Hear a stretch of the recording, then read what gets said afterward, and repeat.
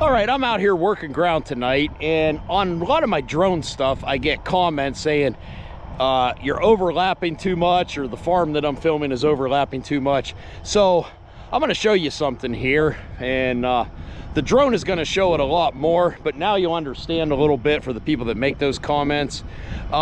Doing tillage, so I'm actually pulling a 46-foot field cultivator here. I got the tractor set up for 45 foot, because working ground, a little bit of overlap is fine, but a lot of times what you see from the drone shot looks like a lot more overlap than it really is.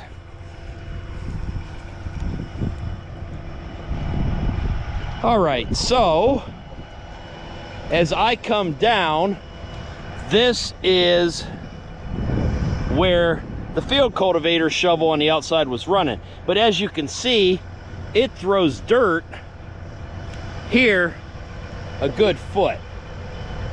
All right, so if I am doing a shot with the drone where I'm doing skip passes, you're gonna see a foot here and a foot there, and then when you're looking down from the drone, it looks like we're overlapping. But if you look here, here was the last cut, and there is the shank. So we're not overlapping at all, is what I'm saying. Now this shank is bent in a little bit, so actually I could cut my width a little bit, but I think it's good enough. All right, yeah, there, you can see that line. That's with the field cultivator. Now, if I was running a disc blade is gonna throw even more dirt. So if I'm doing a drone shot of disking or any implement with disc blades on it, it's gonna look worse. But anyways, I just wanted to explain that. Hopefully the people that bring that up in videos see this, gives you a little better understanding. Let's have a look.